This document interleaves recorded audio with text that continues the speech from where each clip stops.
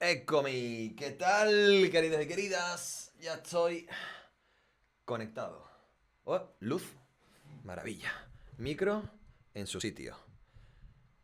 Aquí. Chiquillo, lo que tengo que formar cada vez que quiero abrir un directo. Y abrimos la clase. Muy bien. Bueno, el tema que nos atañe hoy es el último de nuestro currículum académico.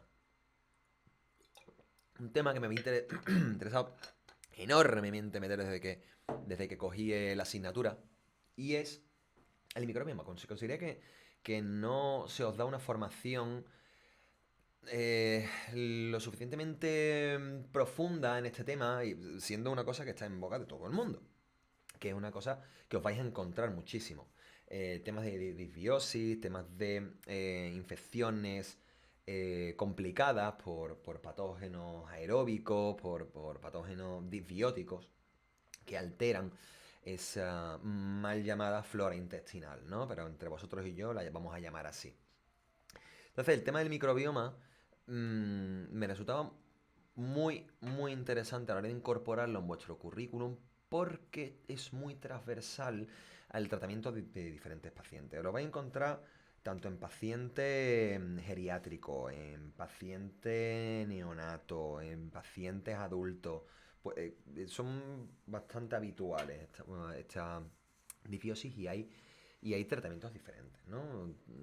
Una de las cosas que se suele escuchar bastante ahora es el tema del SIBO, ¿no? De ese sobrecrecimiento anómalo intestinal de bacterias en el intestino delgado, ¿m? Que cursa con esos signos y síntomas tan molestos para los pacientes. Pues lo tocaremos también en este tema. Bueno, vamos a introducir este temita.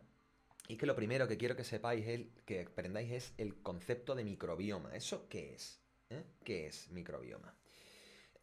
Pues digamos que es como un ecosistema, un complejo ecosistema ¿m? Entre bacterias, virus, hongos, diferentes microorganismos que están asociados a nuestro cuerpo, no solo dentro de nosotros, sino también fuera. ¿M? Tiene funciones muy importantes y muy variadas. Entre ellas, pues puede ser la digestión de ciertos nutrientes, aumentando su biodisponibilidad, la síntesis de vitaminas, que de otra manera no podríamos, no podríamos generar por nosotros mismos. Me viene a la cabeza la vitamina K, ¿vale? La vitamina K que viene exógena de plantas de hoja verde, como creo que puede ser la espinaca, la selga y tal. Está en una forma que se llama la vitamina K2 y metabolizada o K1 creo que era, y metabolizada por las bacterias de nuestro intestino, pasa a una forma de vitamina K biodisponible y utilizable por nosotros. Muy buena, Córdoba, ¿qué tal, tío? También tiene otras funciones protectoras, porque su propia actividad genera un ecosistema, un nicho en el que hace que no sea viable el crecimiento de bacterias patogénicas. También ayuda a modular nuestro sistema inmune no solo ya en la adultez, ¿no? Durante nuestra vida, sino también en el momento del nacimiento. El desarrollo de ese microbioma ayuda a entrenar a nuestro sistema inmunitario, favoreciendo pues que maduren ciertas especies de linfocitos que después nos ayudará a lidiar con otras infecciones. ¿Dónde se encuentra ubicado? Pues mira, principalmente lo encontramos en el tracto gastrointestinal. Pero, eso no quiere decir que no haya parte del microbioma en la piel, en las mucosas de la boca, de la nariz y en otros órganos, ¿vale? Pero principalmente aquellos tejidos que están en contacto con el exterior, como es el tracto gastrointestinal, el respiratorio y la piel. Es importante saber que el microbioma tiene un gran carácter de individualidad, ¿vale? Una gran componente de individualidad, que cada persona, cada uno de nosotros y de nosotras, tiene un microbioma único, influenciado principalmente por nuestra órbita social, por nuestra órbita familiar, donde nos criemos, la cultura en la que nos estemos desarrollando, nuestra alimentación, pero también por factores genéticos. ¿M? Factores genéticos heredados. Y también ese microbioma es heredado en parte por nuestra madre. ¿M? Porque nuestro primer input bacteriano lo recibimos de nuestra madre. Cuando nacemos, sí, especialmente cuando hay un parto natural, a través del canal, eh, del, del canal uterino, y por la vagina, pues se adquiere nuestro primer input de bacterias. Y ya después, incluso con el contacto piel con piel, ya pues eso empieza a evolucionar. El microbioma está estrechamente relacionado con el equilibrio de la salud. ¿M? Un microbioma equilibrado es crucial para el sostenimiento de la homeostasis en nuestro sistema. Por todos esos factores que veremos ahora, ¿no? No solo en el sistema inmunitario, sino en el digestivo, en el nutricional, en fin. Disbiosis o desequilibrios, ¿no? Una disbiosis es un desequilibrio en esa bios, en ese microbioma, puede contribuir, como veremos luego, a la aparición de enfermedades cardiovasculares, neurodegenerativas, incluso psiquiátricas, la aparición de alergia, trastornos digestivos. O sea, es una cosa nada desdeñable, es un elemento que tenemos que tener muy en cuenta. Bueno, como resumencito de lo que acabamos de comentar, ese microbioma, fundamental para la salud, contribuye a la digestión de alimentos, producción de nutrientes y fortalecimiento del sistema inmunitario. Un rol crítico en la protección contra patógenos invasores. Y obviamente a partir de su actividad y el favorecer la biodisponibilidad de ciertos alimentos, influye en el metabolismo. Porque, como veremos luego, estas bacterias actúan incluso en el índice glucémico, en nuestra capacidad de absorber la glucosa, ayudando a regular más o menos la absorción de nutrientes a través de los enterocitos. Y también, obviamente, como el propio intestino está muy inervado y muchísima componente del sistema nervioso periférico en el intestino, toda actividad de este microbioma va a influir de una manera u otra en la regulación del sistema nervioso, hasta llegar a modular nuestro comportamiento, incluso algunas emociones. Ojo con eso. Bueno, lo que sí quiero decir, que en cuanto a estructura y función, que aquí suelo meter yo bastante texto y tal, porque quería enriquecerlo, ¿vale? Lo que sí me parece importante también esta diapositiva, no es comentaros que cada microorganismo que forme parte de vuestro microbioma juega un papel fundamental. Hay especies que son específicas, que están especializadas en el metabolismo de ciertos ácidos grasos de cadena corta. Otros que están especializados en el metabolismo de fibras prebióticas alimentarias. Otros que su actividad genera un clima de pH, ¿no? de acidez sí, de condiciones de pH y de sustancias que favorecen la protección de esa barrera de los enterocitos. O sea, que cada uno contribuye de una manera u otra. Y en su justa medida, en su justa percentual. Y añadiendo una capa extra de complejidad a eso que os comentaba de la componente individual, del individualismo de ese microbioma, tenéis que saber que no tenemos las mismas bacterias en todas las partes del cuerpo, ¿vale?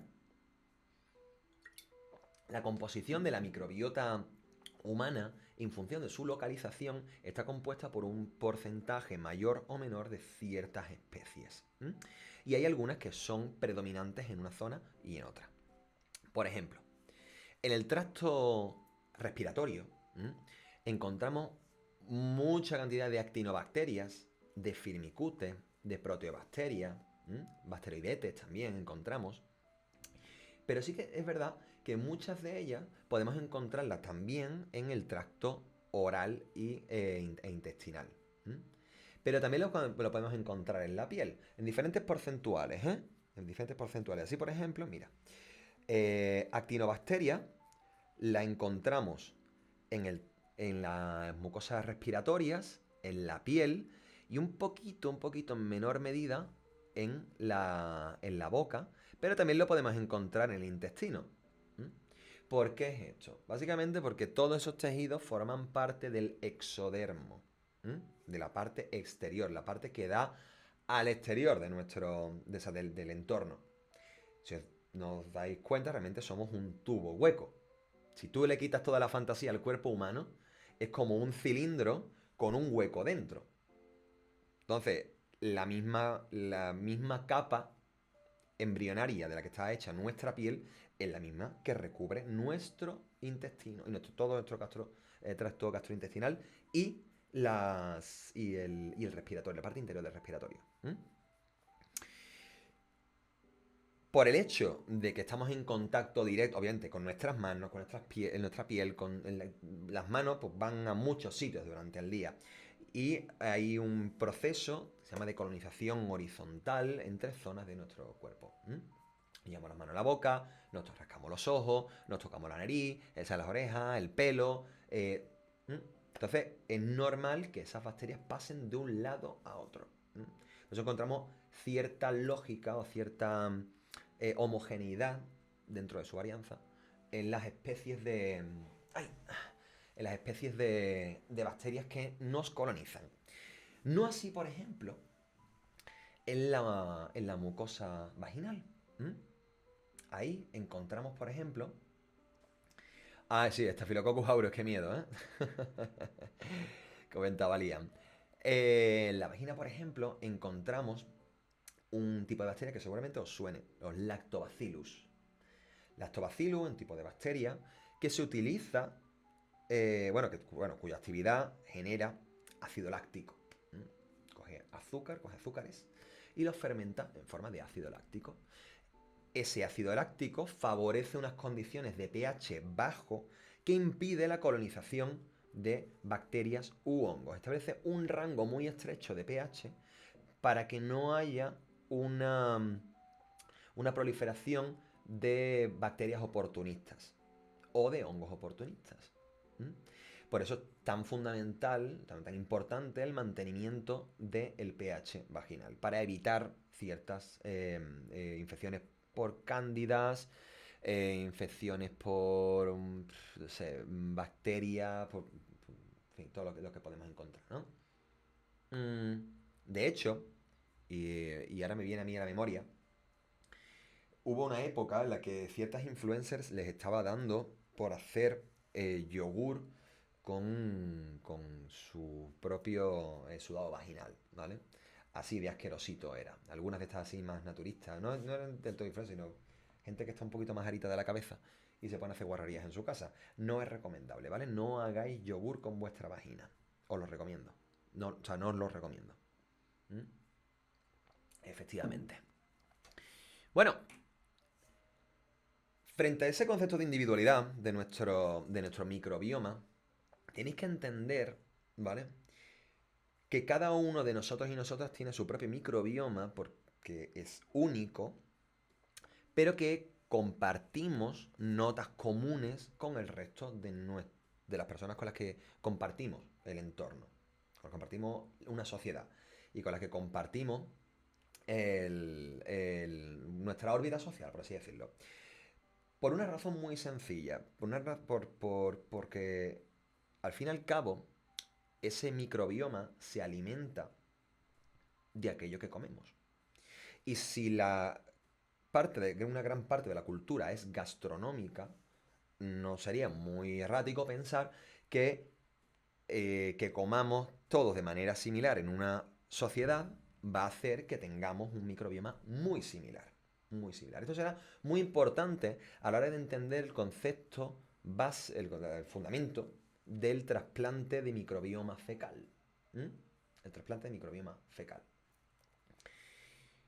¿Por qué es esto importante? Veréis, mira, este mapa que os he traído aquí, de este artículo que si queréis luego os los paso, todas las reviews que he utilizado para este tema, aquí podemos ver cómo hay una serie de firmas, ¿vale? De firmas bacterianas en las disbiosis relacionadas con la enfermedad del intestino irritable o inflamatorio, y la diabetes tipo 2. Una u otra. Veréis, por países indica, por ejemplo, aquí en Estados Unidos. En Estados Unidos se ha visto que hay para, para la diabetes tipo 2, se ha visto que los pacientes que desarrollan esta enfermedad tienen su microbioma enriquecido en Odoribacter, Oscillibacter, Pseudoflagellae. Todos estos nombres no tenéis por qué aprenderoslo, ¿vale? Esto no es irrelevante, pero que sepáis que está relacionado las disbiosis concretas en ese país. ¿eh? Y que hay un decrecimiento en Fecalibacterium y Butyricimonas, perdón, Butyricimonas, que no me salía el nombre. Pero si nos vamos, por ejemplo, a España, vemos el 4, vemos que los pacientes... ¿Dónde está el 4? El 4, el 4, el 4... Vale, sí está aquí. Vemos que en España, vemos que, por ejemplo, en la enfermedad del intestino irritable hay un, un enriquecimiento de Ruminococcus, de Streptococcus, de Agregatibacter, ¿vale? Pero están en decrecimiento, o sea, hay menos, las Coprococcus, las Eubacterium dorea, las Roseburia, si os fijáis, en función del país en el que estemos, disbiosis diferentes van a dar la misma enfermedad. Porque hemos preparado nuestro microbioma y se ha adaptado a nuestra cultura, a nuestra sociedad, a nuestro entorno. Que en última instancia, en el cuerpo a cuerpo, al fin y al cabo, es como comes tú en tu casa. Es como te han enseñado a comer. Es de donde vienen los alimentos. Es si tomas más fibra prebiótica, si tomas más cereales con grano, si tomas más verdura o tomas más ultraprocesado o más azúcar libre. Que sí, la sociedad establece una especie de unos cánones unas guías de cómo comer, pero después tú comes como te han enseñado en tu casa. Y en última instancia es eso. Por eso, cuando veremos luego el trasplante de microbioma fecal, vemos como se suele tirar de parientes cercanos o personas que convivan con el paciente. ¿Cómo hemos llegado a este conocimiento? Espérate que me pongo... Que ya estoy yo... Ya me estoy empezando yo por en medio. Aquí. ¿Cómo hemos llegado a todo este conocimiento? Pues gracias a diferentes avances tecnológicos que han ido revolucionando todo el estudio genómico y metagenómico. Como por ejemplo, técnicas de secuenciación de nueva generación, secuenciación masiva, secuenciación del ARN ribosomal 16S de las bacterias y la caracterización, la generación de árboles taxonómicos para caracterizar genéticamente a cada una de esas especies y subespecies de bacterias, ¿no? Y ver casi al milímetro las diferentes especies y su relación con las patologías. Y todo esto compilado con el desarrollo, gracias a Dios, de la bioinformática que permite compilar y analizar grandes paquetes masivos de datos después de esos genotipados. Esto es una cosa súper compleja, que nos permite llegar a caracterizar, casi sacarle un DNI microbiano a los pacientes. Una cosa que se está implementando. Bueno, hay mucha relación entre diferentes sistemas de nuestro organismo, y ese microbioma. El primero de ellos, obviamente, es el sistema inmunitario. Hemos dicho que el microbioma juega un papel fundamental en el entrenamiento de nuestro sistema inmunitario adaptativo. Es beneficioso, precisamente porque permite un equilibrio entre tolerancia y defensa. Tolerancia en el sentido de que entrena a nuestro sistema inmunitario a no atacar a ciertas bacterias que son buenas. Se adapta a eso y reconoce lo que es propio del ajeno. Ya sabéis, y lo vimos en su momento con el tema de los anticuerpos, de las inmunoglobulinas, que la función principal del sistema inmunitario es discernir entre lo propio y lo ajeno. En última instancia es eso. Pues nuestro microbioma ayuda a entrenar a ese sistema inmunitario, a reconocer lo que va a ser propio, lo que va a estar con nosotros ya el resto de nuestra vida, que son esas bacterias, de las que no van a estar De ahí el carácter defensivo del mismo.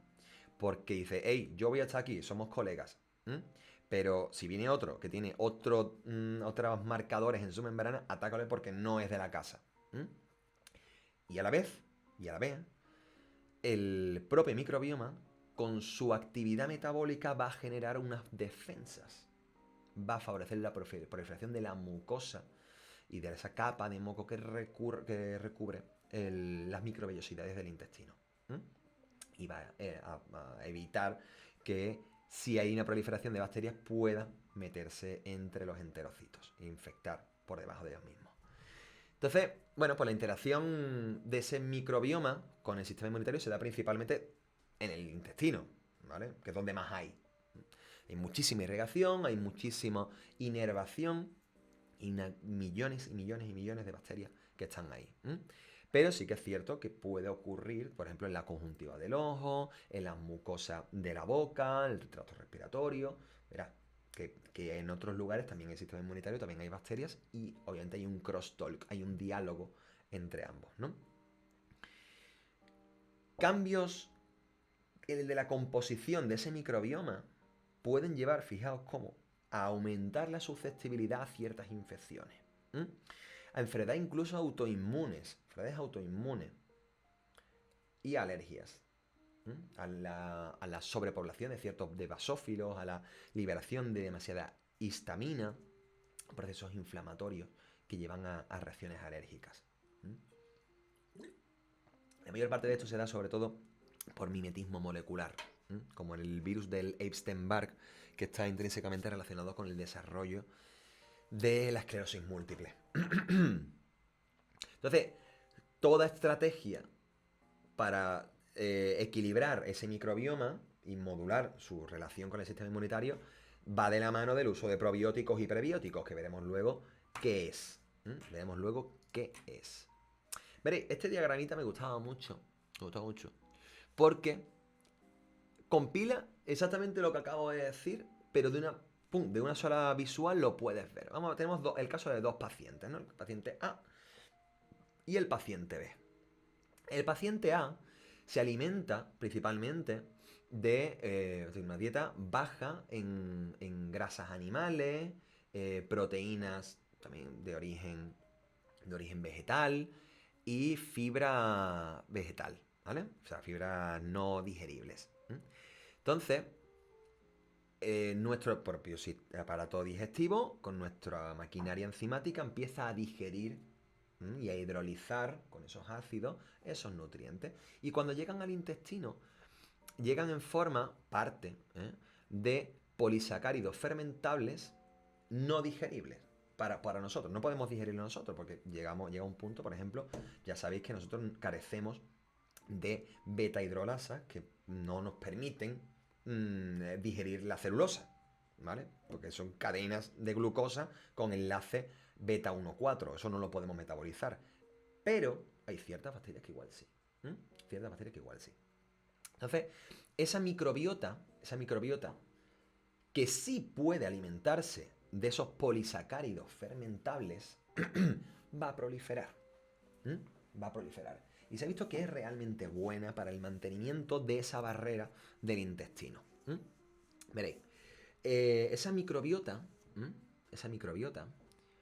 va a fermentar y va a generar una serie de productos, ¿vale? Estos short chain fatty acids, ácidos grasos de cadena corta, como el propionato, acetatos, después butiratos. O sea, son todo compuestos que van a generar un clima muy favorable al sostenimiento de esta barrera de aquí, que son nuestros enterocitos. Favoreciendo que se segregue una mayor cantidad de moco protector, esa capita que se ve aquí mucho más gruesa,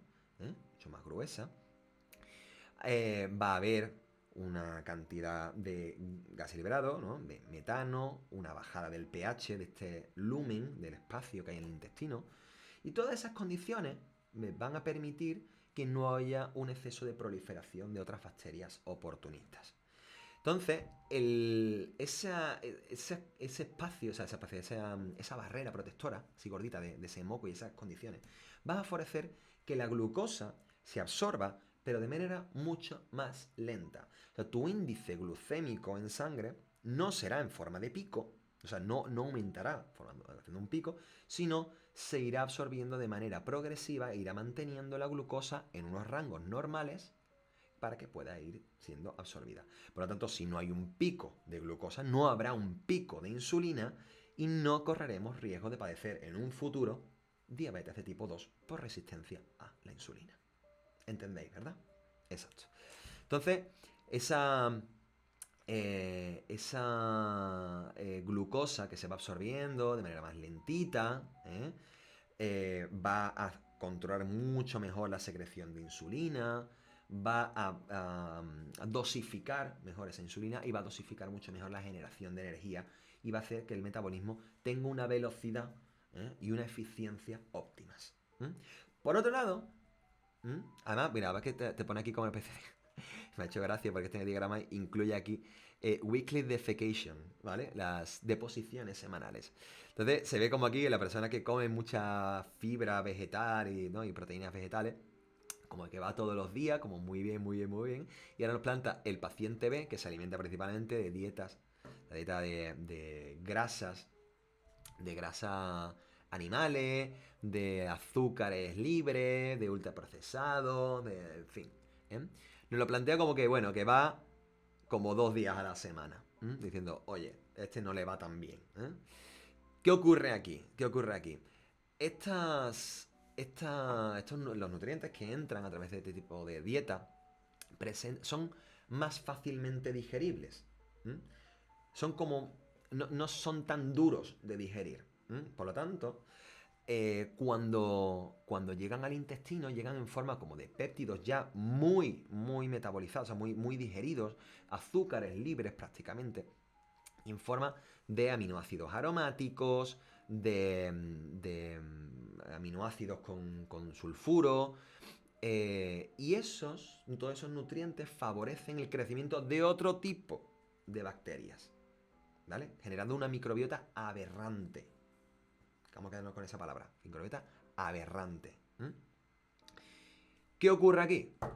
Que estos aminoácidos, por ejemplo, que tienen azufre, la metionina, la cistina, la cisteína, empiezan a generar sulfidos de hidrógeno.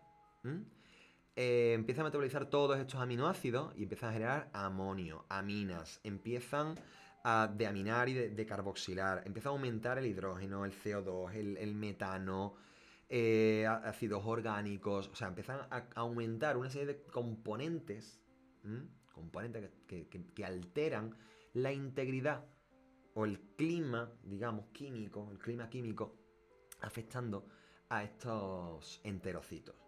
Habrá entonces una menor secreción de esa mucosidad, habrá un aumento del pH y ya nos estamos cargando todo el ecosistema.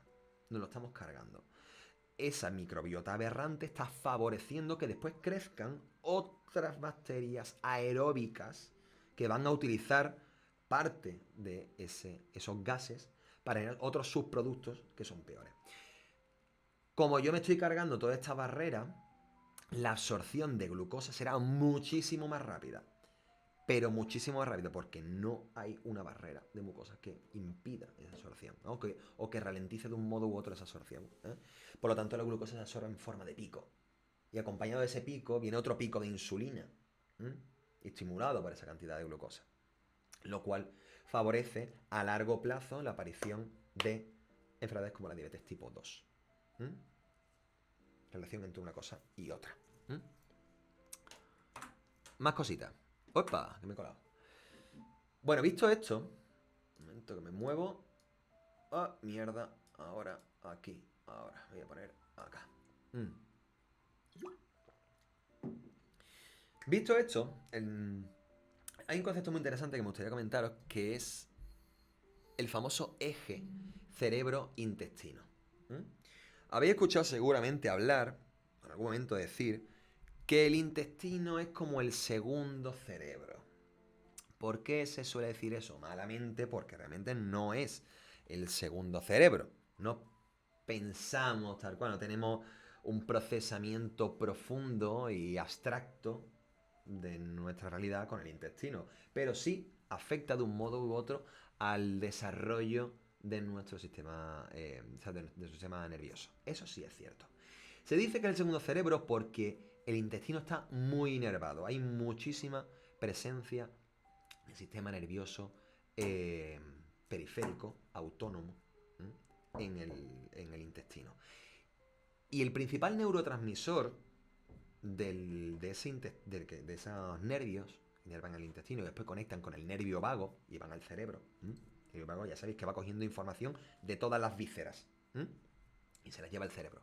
El principal neurotransmisor del intestino es la serotonina. Hay inmensamente, 1000 veces más serotonina en el intestino que en el cerebro. El principal, en el cuerpo, donde más serotonina encontramos es en el intestino. Entonces, obviamente, no es muy descabellado pensar que alteraciones de ese microbioma intestinal que puede llevar a la alteración, o sea, la alteración de la integridad de esa mucosa, puede afectar de un modo u otro a los estímulos que llegan a esos nervios y que después esos nervios van a transmitir por procesos inflamatorios, por liberación de sustancias, de miméticos de neurotransmisores. Entonces, tenéis que saber que ahí existe una carretera bidireccional, un eje cerebro-intestino o intestino-cerebro.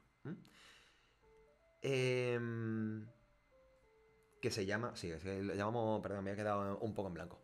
Eje cerebro-intestino. Los microorganismos que tenemos en el intestino, pues producen, con su metabolismo, producen una serie de movidas. Y muchas de ellas son muy similares a algunos neurotransmisores que se liberan. Como por ejemplo el GABA. El GABA, la serotonina, dopamina. Entonces esos microorganismos, si estamos en un estado eubiótico, que es lo contrario de disbiótico, si estamos en un estado eubiótico habrá un control perfecto y no alterará la señalización de ese sistema nervioso. Pero en una disbiosis, la aparición de otras especies de bacterias, sí puede llevar a la alteración del mismo, llevando incluso a asociarse con trastornos neurológicos y psiquiátricos, incluyendo ansiedad, que puede derivar en depresión. Hay una alta relación disbiótica con la aparición de cuadros del espectro autista, enfermedad de Parkinson, Alzheimer, esclerosis múltiple. Hay muchísima relación con el mismo. De estos mecanismos incluyen, y digamos que no es A lleva a B, sino que es una relación entre microbioma, sistema inmunitario, sistema nervioso. Esas tres patas van interactuando entre sí para mantenerse en equilibrio, o en el momento en el que hay una disbiosis puede llevar a la aparición de esta patología. A ver, veo aquí una pregunta. Mimafati. Álvaro, ¿en cuál has dicho que genera toda la alteración? ¿En cuál has dicho que genera? No entiendo la pregunta. No entiendo la pregunta. No entiendo esa pregunta. En cuanto a alteraciones a ver, en eubiótico, ¿vale? Dice, en eubiótico o disbiótico. Eubiótico significa que tu microbioma está estable, como el caso del paciente A que hemos visto, ¿vale? Hay un microbioma favorable al mantenimiento de unas condiciones que permiten una correcta absorción de los nutrientes, que no produce procesos inflamatorios. Eso es eubiosis. Disbiosis es todo lo contrario. Ok. Entonces, hay todo un abanico de elementos que pueden modular este eje cerebro-intestino. Por un lado, tenemos toda la componente genética, eso es innegable. Todo eso es innegable. La dieta, que es adquirida por el entorno, también el modo, o sea, la vía de nacimiento, es decir, si es un parto natural, si es por cesárea. He visto que obviamente los partos naturales tienen una alta relación con pacientes eubióticos. El parto natural favorece la generación de un microbioma estable, ¿vale? Sí que se ha visto que hay una mayor relación de disbiosis en pacientes que han nacido por cesárea, porque no ha habido un contacto directo. Por eso también se hace tanto hincapié en el piel con piel después del nacimiento. Precisamente porque aunque haya nacido por cesárea, pero después, pues sí, hay un contacto directo para que haya ese tráfico horizontal, ¿m? de bacterias. ¿M?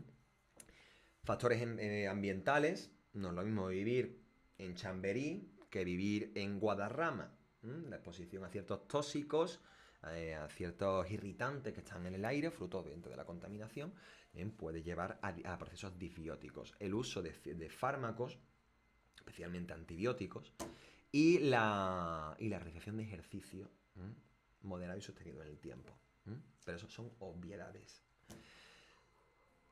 Todos estos elementos pueden llevar a cambios conductuales en el paciente. Fíjate a qué punto puede llegar eso a afectar. Puede afectarnos al modo en el que comamos.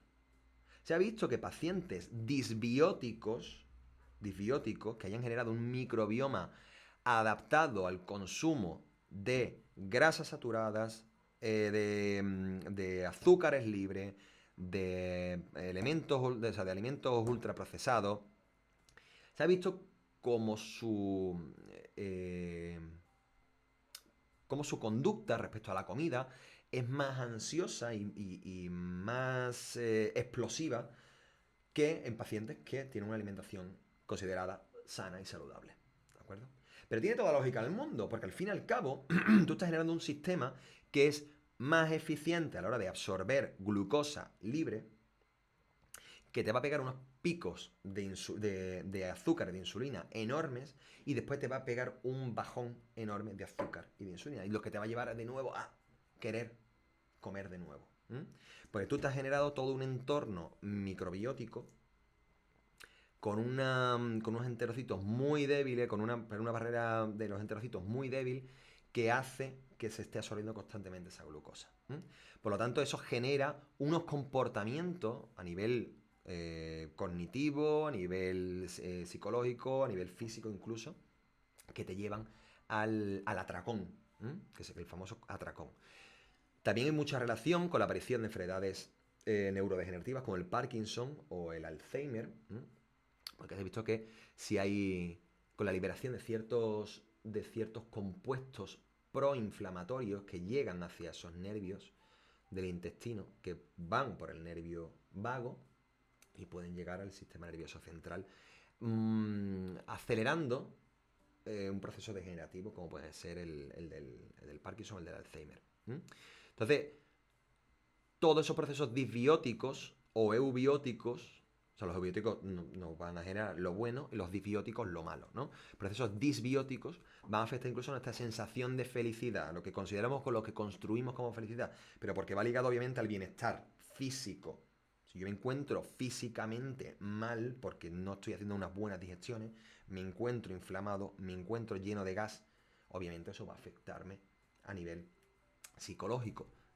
No solamente hay una componente fisiológica, sino también una componente psicológica. Y eso va a generarnos un estrés, una ansiedad, un estrés, y nos va a generar después una alteración en cómo interactuamos con nuestra órbita social. Bueno, ¿qué causas más comunes hay para la disbiosis? Ese desequilibrio de la composición principalmente puede darse por varios factores, como hemos visto. Uso de antibióticos, dietas desequilibradas, ¿no? El estrés crónico incluso, ya sabéis que el cortisol es inmunomodulador y puede afectar, incluso ya sabéis que el microbioma está estrechamente relacionado, con el sistema inmunitario. Y si hay una alta cantidad de cortisol que inmunodeprime, puede llevar a disbiosis. Otras infecciones de bacterias resistentes a antibióticos que llevan a disbiosis, en fin, puede haber una amplísima gama de causas que pueden llevar a esa disbiosis y totalmente relacionadas con otras enfermedades que ya hemos comentado.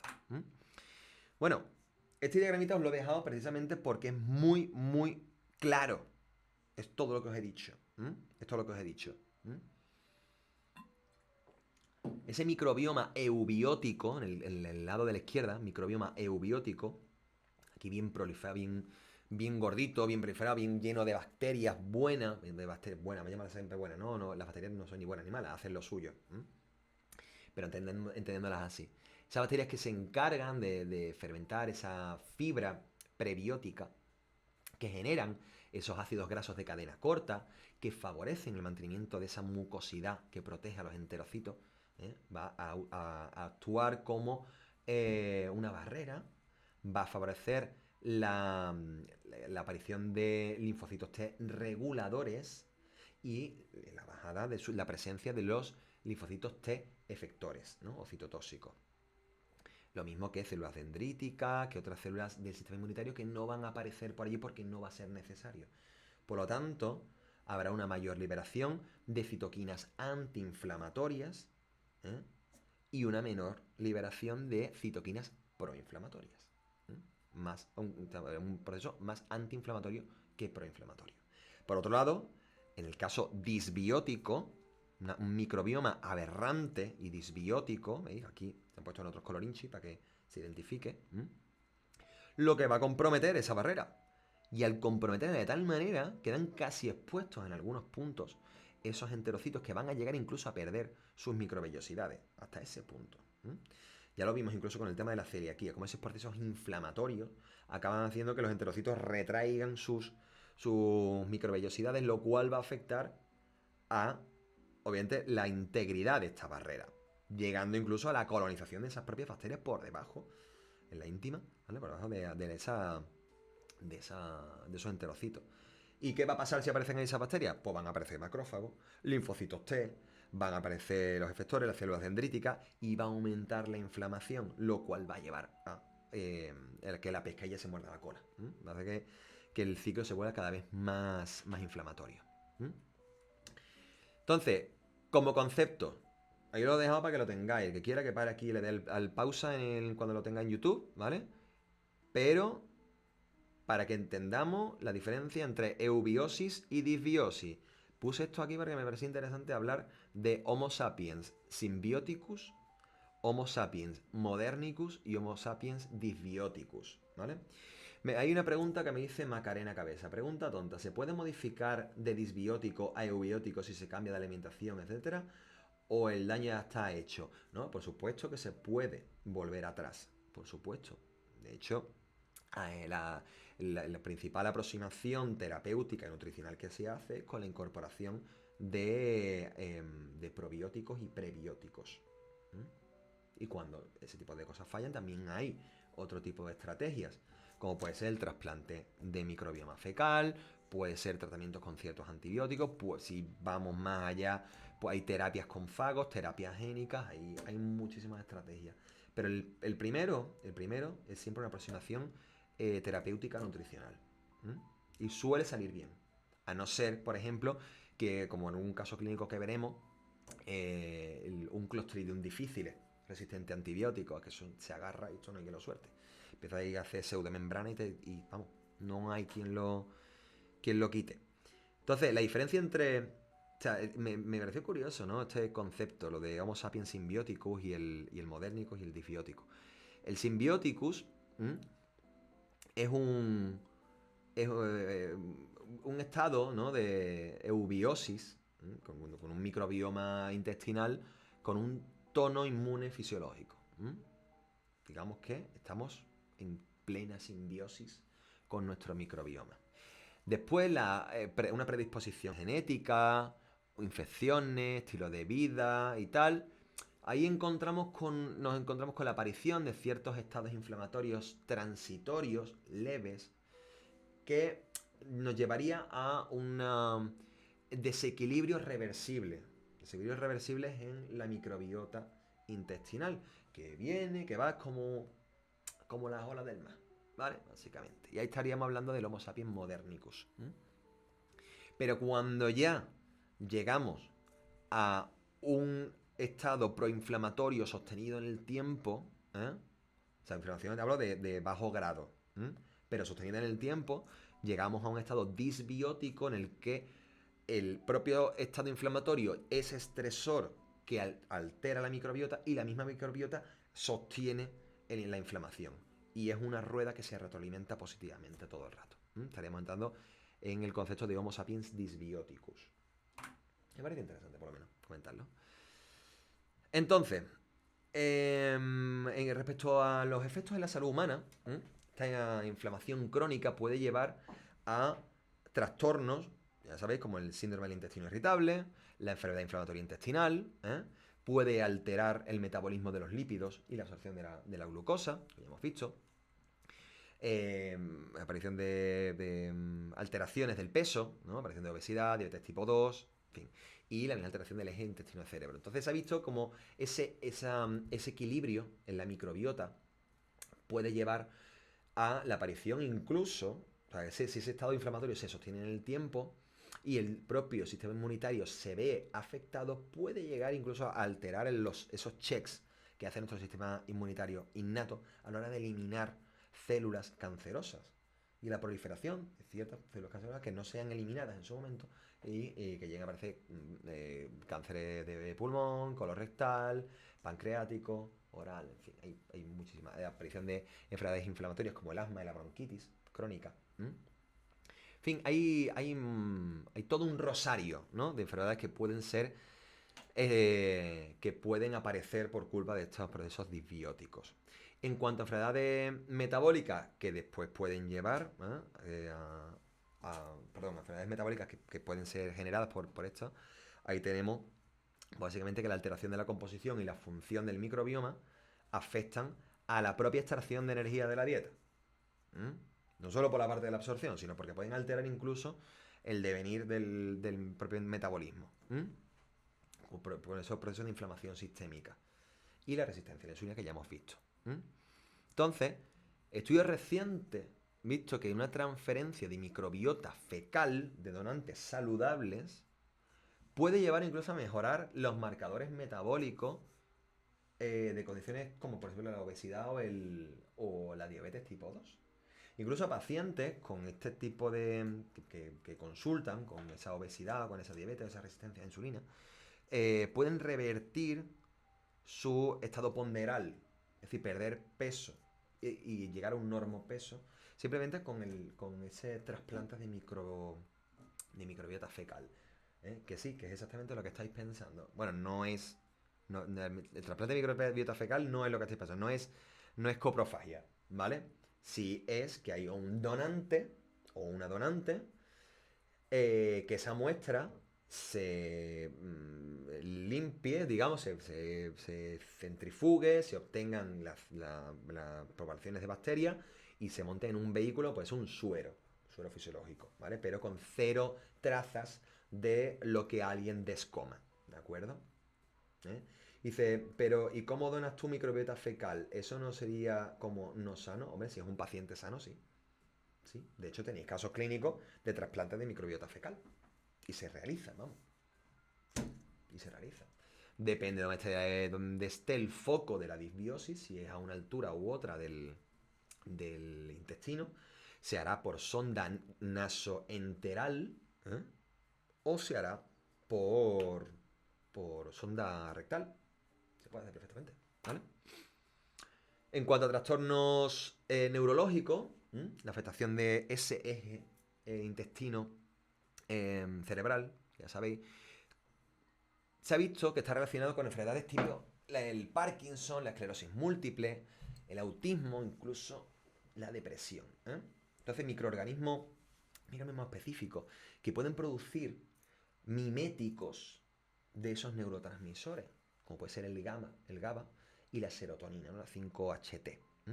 Entonces, si hay una alteración de los mismos, si una microbiota eubiótica, ¿vale?, estable, si somos Homo sapiens eubioticus o symbioticus, la producción de nuestras bacterias intestinales buenas van a generar unos miméticos serotoninérgicos, o sea, estimulantes de la serotonina, o miméticos de la propia serotonina y del GABA, haciendo que la peristalsis de nuestro intestino sea correcta y que esa serotonina, como va por nuestra inervación intestinal a través del nervio vago, puede llegar al cerebro y darnos un estado de ánimo correcto.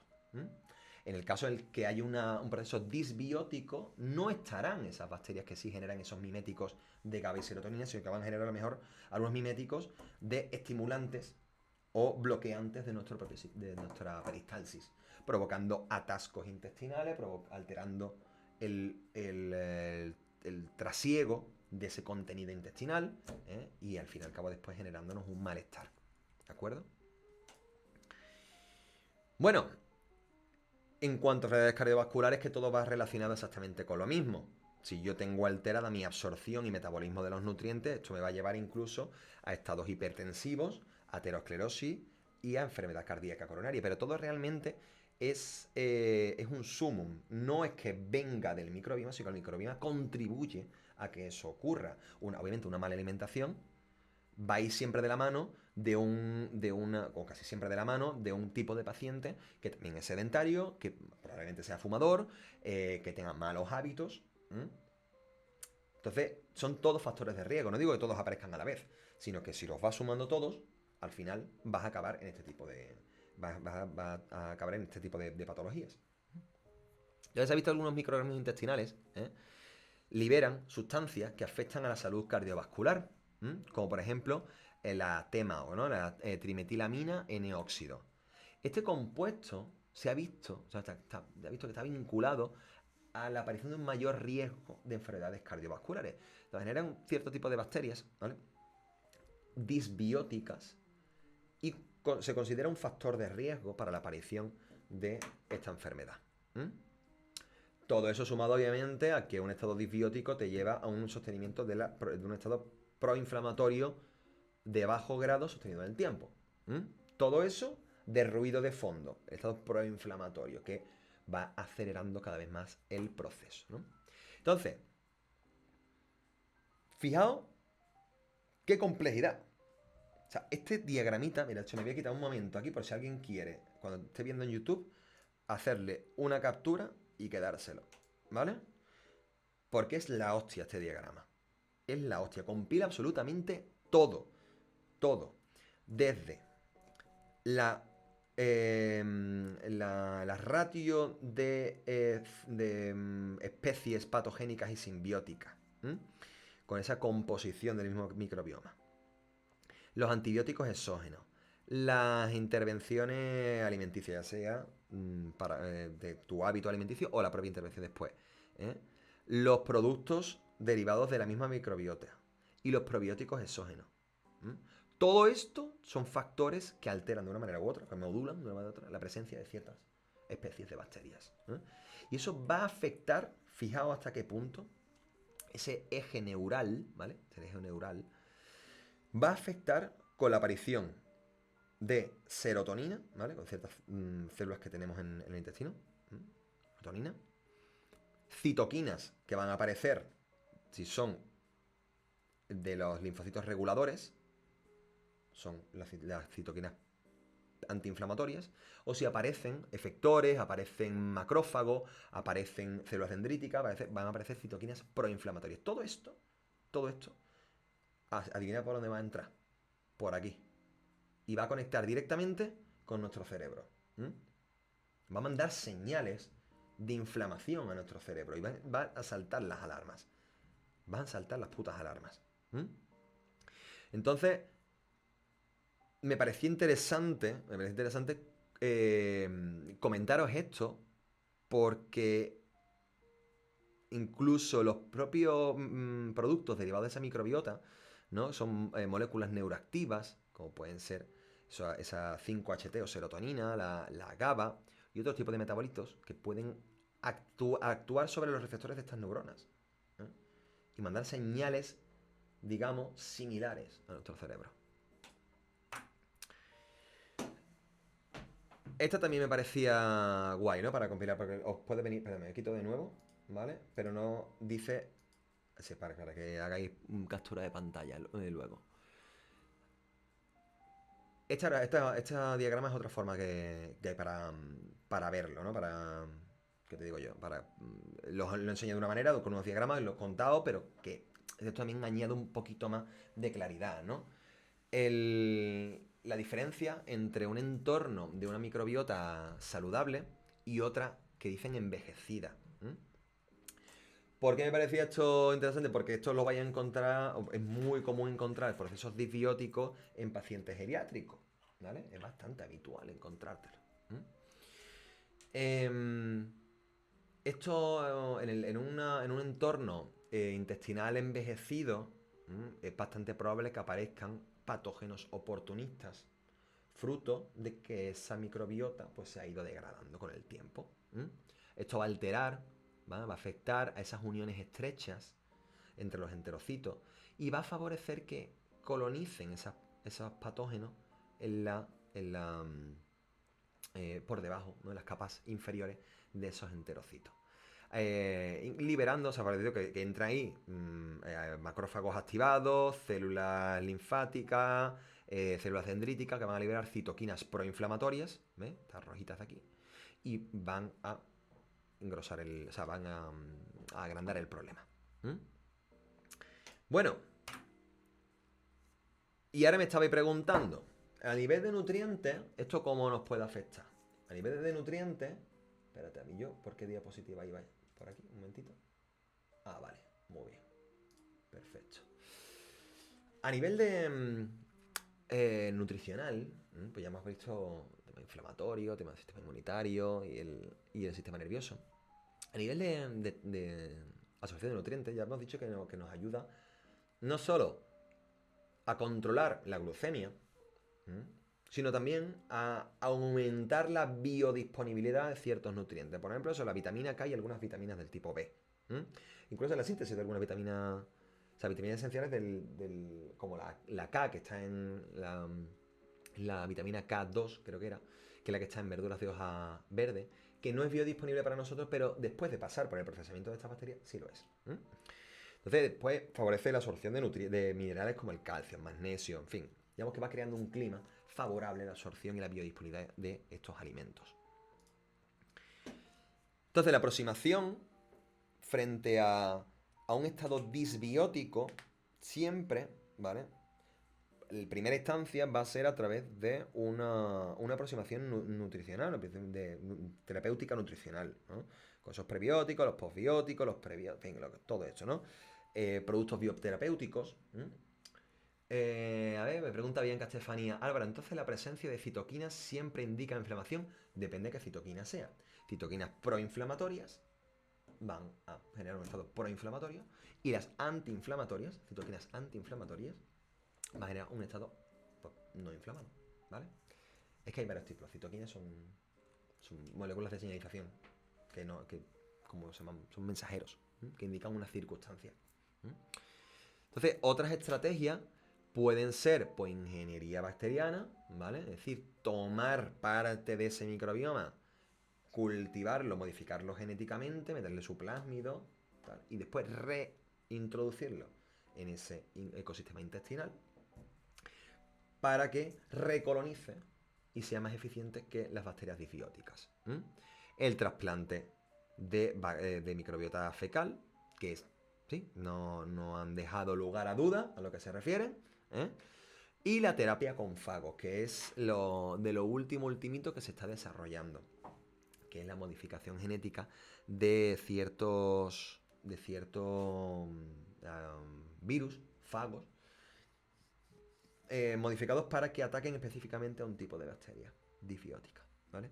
Es decir, de hecho, es una de las principales estrategias que se está desarrollando con vistas a un futuro, a una futura pandemia provocada por bacterias resistentes a antibióticos, que es lo que preocupa principalmente en el entorno hospitalario.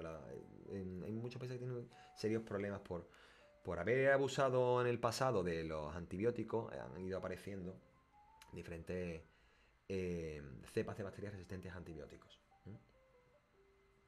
Resistentes a penicilina, resistentes a antimicina, en fin, a diferentes antibióticos que se usan normalmente, a la ciclosporina, en fin. Y claro, ¿ahora qué utilizas? Te quedas sin fármaco. Pues se ha visto, se está desarrollando técnicas que ya no son a través de uso de antibióticos, sino a través de fagos, virus modificados genéticamente para atacar a esas bacterias. Y solo a esas bacterias. Porque el antibiótico sí puede afectar al microbioma eubiótico, el microbioma del huésped. O sea, es como el puto Hiroshima, sí, vas a lanzar un obús ahí, vas a matar las bacterias malas, pero también a gran parte de las buenas. Bueno, esto ya lo he dicho. Vale. Me pareció interesante. Bueno, interesante, digo, menos. Digo, a lo mejor una tonta. Pero yo lo voy a contar. Es decir, consideraba que la diferencia entre probiótico y prebiótico lo puede saber casi todo el mundo, pero yo nunca está de más decirlo, ¿vale? Nunca hay que dar por su puerta ciertas cosas. En los probióticos son microorganismos vivos, ¿de acuerdo? La diferencia entre uno y otro es que los probióticos son microorganismos vivos que se administran vía oral, ¿vale? O por una vía, ¿no? Y que colonizan cuando llegan y atraviesan todo el aparato digestivo y llegan y colonizan el nuevo sitio, ¿no? El intestino, favoreciendo pues una recolonización. Y ayudan a restaurar y a mejorar esa composición. Y los prebióticos, sin embargo, son compuestos alimenticios, son fibras prebióticas, son alimentos, es abono para microorganismos beneficiosos ya existentes. ¿De acuerdo? O sea, la aproximación prebiótica, que yo le doy alimento a esas bacterias buenas, eubióticas, para que crezcan. Y los probióticos es directamente te estoy dando las bacterias. ¿De acuerdo? Entonces, estos suplementos en combinación, si doy prebióticos y probióticos, se conoce como simbióticos. La combinación de los dos. Te estoy dando las dos cositas. Y se ha visto que tienen bastante buen pronóstico en el tratamiento y prevención de síndrome de intestino irritable, de enfermedad inflamatoria intestinal, ¿vale? De la diarrea post-tratamiento de antibióticos. He visto que tiene bastante buen rollo, bastante buen efecto. Otra aproximación, no solo con prebiótico y probiótico, es el famoso trasplante de microbiota fecal. Que implica lo que estáis pensando. Efectivamente, un donante sano le da a un receptor. Y el objetivo es restaurar el equilibrio del microbioma intestinal.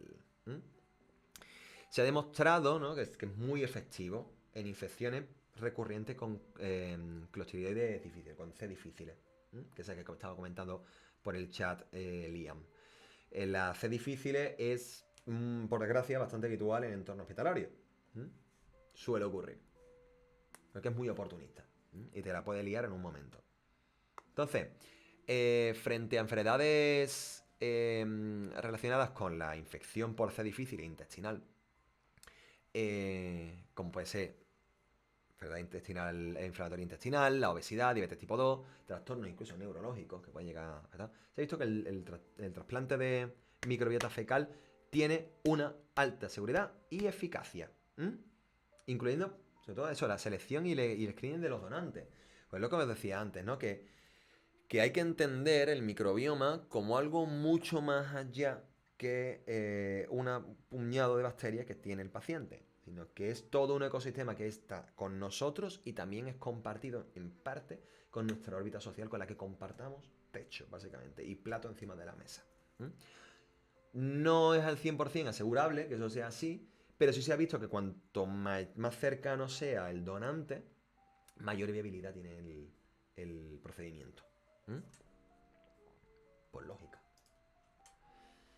En colitis ulcerosa, también se ha aplicado bastante en colitis ulcerosa, ese mismo trasplante. Y se dedica principalmente a pacientes que no han respondido a tratamientos convencionales, ¿vale? Que si no hay una remisión de la propia colitis ulcerosa, a lo mejor provocada incluso por una C difícil, igual, ¿eh? O sea, es lo mismo. Acaba alterando la mucosa intestinal, empieza a hacer pseudomembrana, empieza a haber un proceso inflamatorio y ulceral, ¿eh? Y de hecho, uno de los casos clínicos que tenemos es de un paciente mayor que es el que le hacen el trasplante y remite. Y remite la colitis ulcerosa. Lo mismo, ¿vale?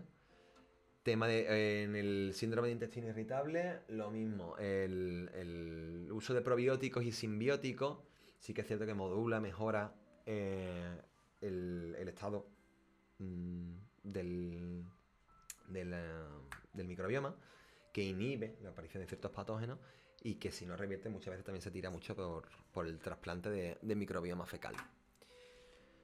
Esto lo hemos dicho. Lo hemos dicho. Esto ya los he ido comentando sobre la marcha, ¿no? Las técnicas emergentes que hemos estado comentando, ingeniería genética, los fagos, la tecnología, ¿no? La vehiculización de sus tratamientos a través de los fagos o incluso de bacterias modificadas genéticamente, ¿vale? Y hay un poquito un cúmulo de todo, ¿vale? Me quito un momentito por si alguien quiere hacer la captura y listo. La aproximación de esas intervenciones para el sostenimiento del microbioma pueden ser tanto direccionadas, ¿no? O con una diana específica, o sea, puede ser específica, perdón, o inespecífica. Las inespecíficas aproximaciones siempre suelen ser la aproximación nutricional, el realizar ejercicio, prebióticos, probióticos, bla, bla, bla, bla, bla. El trasplante de microbioma fecal, ¿vale? Que está considerado una aproximación no específica, ¿vale? Que esto lo que el objetivo principal que tiene es la mejora general de la composición del microbioma y de sus funciones. Pero si hay una aparición de una cepa muy puñetera, ahí sí tenemos que tirar de estrategias dirigidas, estrategias específicas, como es bacterias comensales modificadas genéticamente, fármacos específicos de esa pasada especie, terapia de fagos o incluso la utilización de técnicas como el CRISPR, que es la edición genética en esa bioingeniería. Que el objetivo es la modificación específica de una especie, o sea, de una modificación específica del microbioma atacando específicamente a una cepa. Chachi, entonces, vosotros y vosotras, ¿yo para qué os cuento esto? Yo os cuento esto precisamente para que entendáis que esto implica un desafío. Porque el microbioma es una cosa que todavía se está estudiando. Y se va a estar estudiando muchísimo tiempo y cada vez que se estudia sale algo nuevo. Se conoce desde tiempo, pero la evidencia más reciente es la que está dando la estrecha relación con muchas patologías. Muchas de ellas de tipo neurológico. Ojo con eso. Quiero que entendáis que hay una complejidad enorme de ese microbioma, que es multifactorial, que hay muchísimos elementos que lo alteran y muchísimos elementos que son alterados por el microbioma. Ojo, que causalidad no implica correlación. Que se haya asociado o que se esté hablando de la asociación de procesos disbióticos con ciertos cuadros del espectro autista no implica que esté directamente relacionado. Porque hasta hace nada se pensaba que el cuadro disbiótico era secundario a la aparición de esa patología. Porque son trastornos del desarrollo neuronal. Entonces no se sabe exactamente, como todavía se está estudiando, no se sabe exactamente al 100% de dónde parte o si hay varias causas que pueden llevar a eso, pues es muy multifactorial. Pues se ha visto, ¿qué es antes, el huevo o la gallina? ¿Qué es antes, la patología y la disbiosis es secundaria? ¿O aparece la disbiosis y la patología neuronal es secundaria? Eso es lo que se está estudiando. Simplemente yo comento esto para que sepáis que hay una relación, ¿vale? Pero que causalidad no implica correlación. Y que esto es un reto. Que obviamente, conforme vamos sabiendo cada vez más, es necesario la estandarización de ciertos métodos para la recolección de muestras, para la secuenciación y para el análisis, ¿no? Para favorecer, para facilitar, digamos, la comparación entre estudios. Si yo tengo un grupo de investigación, tú tienes otro, para que trabajemos de la misma manera, ¿vale? Como es algo que está muy verde, no diría verde realmente, porque hay mucho conocimiento, pero que es una cosa que es muy moderna, pues es necesario la estandarización de ciertos procesos, ¿no? Y las implicaciones después éticas y de seguridad. hablamos siempre de tema de modificación del microbioma. Si te hacen una caracterización de tu microbioma, ¿dónde van esos datos? ¿Hay una protección de datos? ¿Hay una ética y una seguridad, ¿no? Para tener bien controlada todos esos procesos de modificación genética, hay una bioseguridad. ¿Eh? Podemos cagarle y acabar apareciendo una cepa más chunga de la que con la que estábamos luchando. Entonces, y vosotros como futuros y futuras clínicos que sois, ¿eh? Sanitarios, sanitarias, lo importante es que vosotros sois foco de este conocimiento hacia los pacientes. Pareciendo que eso la comunicación de prevención, o sea, con este conocimiento para que prevengáis la aparición de ciertas enfermedades, que comuniquéis este tipo de aproximaciones terapéuticas y nutricionales a los pacientes, ¿no? Entender también la importancia de una correcta aplicación de la seguridad alimentaria, no solo por parte de instituciones y de empresas, sino también por parte de nosotros mismos. Es decir, ¿me puedo comer, por ejemplo, esta lata de sardinas que lleva 2 semanas abierta en el frigorífico? Obviamente no. Obviamente no. Pues te puedes poner tu seña botulínica hasta los ojos. A ese tipo de cosas me refiero, ¿no? Seguridad alimentaria en ese sentido. Me viene a la cabeza esa gente que se va al centro de Madrid, a los típicos bares donde te ponen la tortilla, que es para comérsela con cuchara. Yo que quiere que te diga, pero prefiero la tortilla cuaja, ¿vale? Porque te puedes llevar para tu casa un buen recuerdo de una disbiosis que te va a acompañar 2, 3 semanitas, y te puede acabar afectando bastante.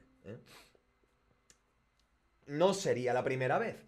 Cada 2 por 3 acaban apareciendo noticias de estas. No sé qué bar lo han cerrado sanidad porque ha habido un brote de salmonela o un brote de listeria o un bote de... ¿sabes? A eso me refiero. ¿Eh? Y que vuestro rol principalmente es educativo y de concienciación hacia la población, ¿no? Que sois el contacto directo con la población. Bueno, ¿qué nos ha parecido el tema? ¿Qué nos ha parecido este tema? Yo lo doy por dado. ¿Mm? Yo lo doy por dado. Yo creo que era interesante, ¿no? Por lo menos. No sé si habíais tomado en algún momento conciencia de que... Os imagino que lo habríais escuchado en algún momento, que os sonará, ¿no? O que os sonará. Creo que está muy a la orden del día y que... un momentito, infección severa... Mira. ¡Oye! Muchísimas gracias por ese follow, dietista. ¡Ah! ¡Hostia, mi colegui! Ah, bueno, y Tito Merat y Yapili, muchísimas gracias por ese follow, ¿eh? Voy a poneros aquí un casito clínico, ¿vale? Para que lo veáis, para si tenéis curiosidad de lo de los trasplantes de microbiota fecal, ¿vale? Os lo voy a contar. Os voy a contar uno. No, que me pareció un tema bastante interesante, ¿no? Hablar de enfocarlo porque se habla bastante, pero no en profundidad y no con evidencia científica. No se, no se hace especial hincapié con la evidencia en la mano de esto, ¿no? Porque hay muchísimos gurús de la nutrición ahora en redes sociales, en TikTok, en Reels y tal, que te dice, pues come esto, pues come lo otro, porque esto te viene para... porque el índice glucémico para arriba. Y digo, bueno, pero espérate. Porque hay mucha gente que no tiene la misma formación, que no acoge de la misma manera toda esa información y puede malentenderlo, malinterpretarlo de una manera u otra. Entonces me parecía muy importante legaros esta información y esta evidencia para que lo podáis transmitir debidamente. ¿Mm? Yo qué sé, digo yo. Ahí dice Ainhoa, interesante, modo de todo lo que puede pasar si se caga en cualquier caso, nunca mejor dicho. Es muy interesante y puntero cuando posibilidades terapéuticas. Muy interesante, hace poco descubrieron unas fresas que tenían algo malo de eso. Bueno, sí, era bastante controversial la noticia. Tú dices lo de las fresas que supuestamente venían de Marruecos y que venían contaminadas con E. coli, creo que era. Porque decían que las regaban con aguas fecales, creo que era. Creo que era eso. Sí, sí, sí, sí, sí. Me parece a mí. Luego procedieron a regalar fresas buenas. Sí, sí. ¿Podrías darnos alguna dieta? ¿Cómo te puedo dar yo una dieta? ¿Una dieta única para todo el mundo? Si lo que acabo de decir es que el microbioma es único, es individual. La que vale para uno no vale para el otro. O sea, puede valer como a grosso modo, en grandes pinceladas muy gruesas, puede valer ciertos elementos comunes que pueden haber, pero eh, lo que no, lo que no se puede es café para todo el mundo. Álvaro, sí, sí, lo sé. Ah, bueno, vale. Entonces, es que no había entendido tu comentario. En niños se puede reconducir. Sí, claro, claro, claro, claro, por supuesto, por supuesto. Eso sí que es verdad. Bueno, voy a comentar así rapidito para que veáis este caso clínico de una infección severa y complicada por Clostridium difficile resuelta con trasplante de microbiota. Ahí lo lleva. ¿Eh? Vamos a buscar el caso clínico. ¿Dónde está este paciente? Muy bien, aquí. Y de paciente masculino de 70 años. Espérate, ¿lo veis bien? ¿Leéis bien así, no? Vale. Paciente masculino de 70 años de edad, que se reinterna en nuestro hospital por presentar diarrea asociada a dolor abdominal, a febril y sin trastorno del sensorio. La tensión arterial era de 70-40 y la frecuencia cardíaca 120. Presentaba edemas de miembros inferiores en la pared abdominal. El abdomen era doloroso, la palpación profunda tanto en flanco como en la fosa ilíaca izquierda, pero sin presentar reacción peritoneal ni visceromegalia. Pues en sus antecedentes se destacaban insuficiencia renal crónica, diabetes tipo 2, estenosis aórtica, bla, bla, bla. 3 meses antes estuve internado en el cuadro séptico, piperacilina y tazobactam durante 14 días, ¿vale? Y un mes de esta resolución entra con un Clostridium difficile positivo y tratado con metronidazol. Esto iba a decir online, en vena durante 8 horas. Que... Oh, ¿me lo pasa? Sí. Vale. En los exámenes de laboratorio le ven hematocrito, hemoglobina, eritrosedimentación y tal, y le ven, dada la severidad del cuadro clínico, ingresa en UCI. Rectosigmoscopía. ¿Y qué le ven? Mira, colitis pseudomembranosa, y toxina de Clostridium difficile positiva. Ojo. Le dan de nuevo metronidazol porque es lo que le funcionó en su momento. Endovenosa en UCI con vancomicina vía oral. ¿Qué pasa? Porque no mejora. No presenta mejora clínica ni humoral después de 3 días de tratamiento. Frente a ese progresivo deterioro, dicen, tío, tiramos de trasplante de microbioma fecal. ¿Quién fue la donante? La esposa. Ojo, eso sí que es cariño. Te doy la sangre de mis venas y las bacterias de mi intestino. Dice Lian, con esa tensión, esa frecuencia y la hemoglobina parece que está perdiendo muchísimo. Debe estar teniendo unas diarreas horrendas, efectivamente. Efectivamente. Sí. Hombre, se presentó. Fíjate tú. Cómo se ha presentado con toda la inflamación. O sea, cuando la aprieta en la fosa ilíaca izquierda, dice que era muy dolorosa palpación, no profunda. Tiene que estar eso. Y cuando le vieron No sé si estaban las fotos. No, creo que no estaban las fotos de la pseudomembrana. Básicamente lo que tenía una úlcera. Una úlcera pseudomembranosa. En el. Que te estaba haciendo perdiendo líquido, perdiendo de todo. ¿Dónde nos quedamos? Vale, el procedimiento. La esposa la evalúan clínicamente, primero para descartar enfermedades, afecciones transmisibles, en fin. Que no tenga infecciones y tal. Aunque no existan pruebas de laboratorio lo suficientemente sensibles como para detectar agentes de enfermedades infecciosas. Y no pueden identificarse en la fase inicial o durante el periodo de ventana. Bueno, pero igualmente, alguien me preguntó antes, pero ¿esto cómo se hace? Digo, pues mira, aquí lo puedes ver. La materia fecal se procesa a las 6 horas de ser obtenida. Dentro de las 6, una ventana de 6 horas. Diluida en solución salina, homogenizada por centrifugación y multifiltrada hasta obtener una solución libre de residuos la cual fue administrada en 150 centímetros cúbicos, no, mililitros, vamos, a través de una sonda nasoenteral. Nasoenteral. Así es como se hace, básicamente. ¿Mm? Es el procedimiento. ¿Mm? Entonces, dice, previamente se suspendieron los antibióticos. ¿Mm?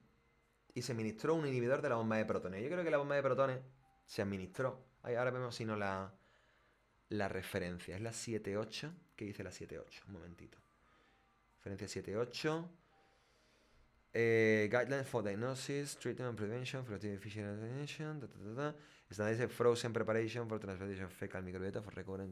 Vale. O sea, es el protocolo. 7.8. Esto es el protocolo que utilizaron.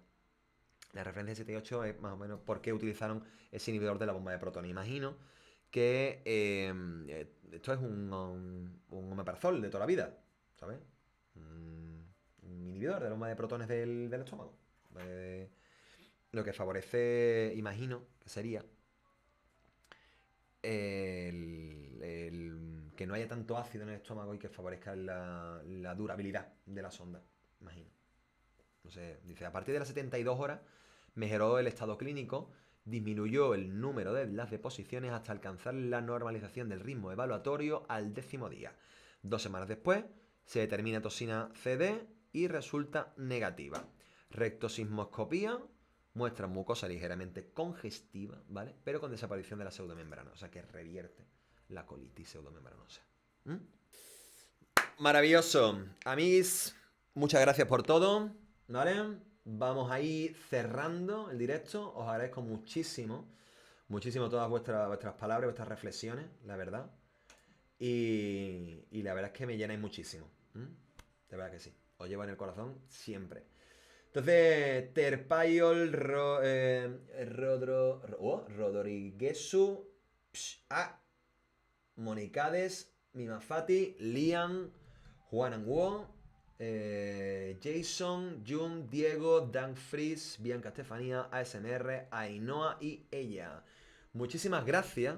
Muchísimas gracias por estar ahí, por haber estado en todos estos directos tan maravillosos del segundo cuatrimestre. Espero que os haya gustado, que os hayan servido de muchísima ayuda y que lo aprovechéis. Esta tarde me voy a entretener en preparar, en renderizar el tema anterior, creo que lo tengo, y para poder subiroslo a YouTube, ¿vale? Y que lo tengáis.